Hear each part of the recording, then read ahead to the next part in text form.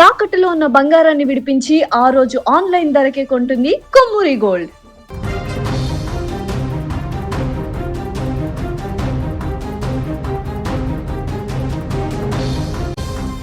దేశంలో సామాన్యుడిపై పెట్రో భారం మరింత పెరిగింది. వాహనదారులకు చమురు కంపెనీలు మరోసారి కోలుకోలేని గట్టి షాక్ ఇచ్చాయి.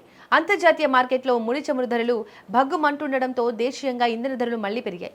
కేవలం వారం రోజుల వ్యవధిలోనే ధరలను పెంచడం ఇది రెండోసారి కావడంతో సామాన్య మధ్యతరగతి ప్రజలు లబోదిబోమంటున్నారు. పశ్చిమాసియాలో యుద్ధ మేఘాలు కమ్ముకోవడంతో గ్లోబల్ మార్కెట్లో క్రూడ్ ఆయిల్ ధరలు రికార్డు స్థాయికి చేరాయి. మరియు దీని ప్రభావం ఇప్పుడు నేరుగా భారతీయ వినియోగదారులపై పడుతోంది.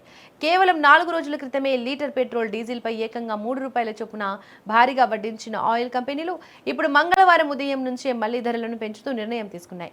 ఈ తాజా పెంపుతో దేశవ్యాప్తంగా ఇంధన ధరలు కొత్త రికార్డులను తాకుతున్నాయి.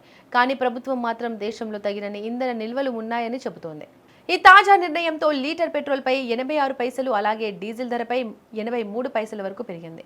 అంతర్జాతీయంగా బ్రెంట్ ముడి చమురు ధర బ్యారెల్కు $100 పైనే కొనసాగుతుండటంతో ఈ భారం తప్పడం లేదు.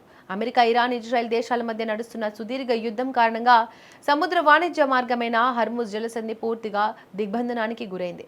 మరి దీనివల్ల ప్రపంచవ్యాప్తంగా ఇంధన సరఫరా వ్యవస్థ తీవ్రంగా దెబ్బతింది. దేశ రాజధాని ఢిల్లీలో ఈ రోజు పెరిగిన ధరల తర్వాత లీటర్ పెట్రోల్ ధర $98.64కు చేరింది. కానీ ముంబై వంటి నగరాల్లో ఇది ఇప్పటికే ₹107 మార్కును దాటేసింది. తెలుగు రాష్ట్రాల్లో కూడా ఈ పెట్రో బాధుడు ప్రభావం చాలా తీవ్రంగా కనిపిస్తోంది. హైదరాబాద్ లో లీటర్ పెట్రోల్ ధర ₹111 మార్కును దాటి దూసుకుపోతోంది.